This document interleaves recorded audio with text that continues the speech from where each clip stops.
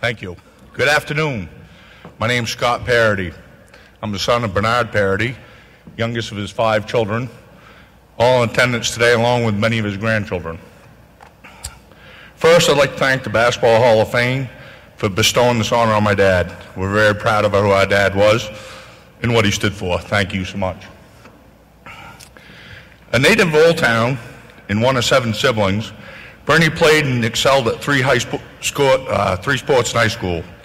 But an amazing stat shares that he led at 3 varsity sports at UMO and was captain of all 3 of those. He quarterbacked under Hal Westerman for 2 years, played basketball for Doc Rankin for 2 years, played baseball under Tubby Raymond for 2 years. All at the same time, he won the New England Ping Pong Championship 2 years in a row. You might say he had a competitive spirit with a little athleticism to go with it. Bernie, or Bunny Parady, started as coach in 1954 in the small coastal community of Northeast Harbor.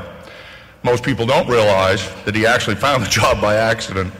He had applied in the coaching job in Southwest Harbor, only to lose out to a man named John Killalay, who later was an assistant coach for 3 NBA teams, including the Boston Celtics.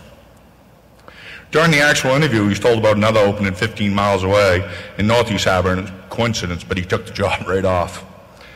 So, from 1954 to 1980, almost 3 decades, there were not many basketball fans in eastern Maine that did not know about the Mount Desert Mustangs, or later on the Mount Desert Island Trojans. For 26 years, the Parady teams were always in contention for the gold ball. Looking at his overall record, number of tournament wins, it is impressive. But another interesting aspect that most don't know is that for a good number of years, coaching, Coach Parady elected to play up. In particular, when the Island High School was formed in 1968. The enrollment was Class B, but Bernie elected and convinced the school committee to play at Class A. Although never winning the gold ball in A, he was a perennial presence at the auditorium. And that was his competitive spirit.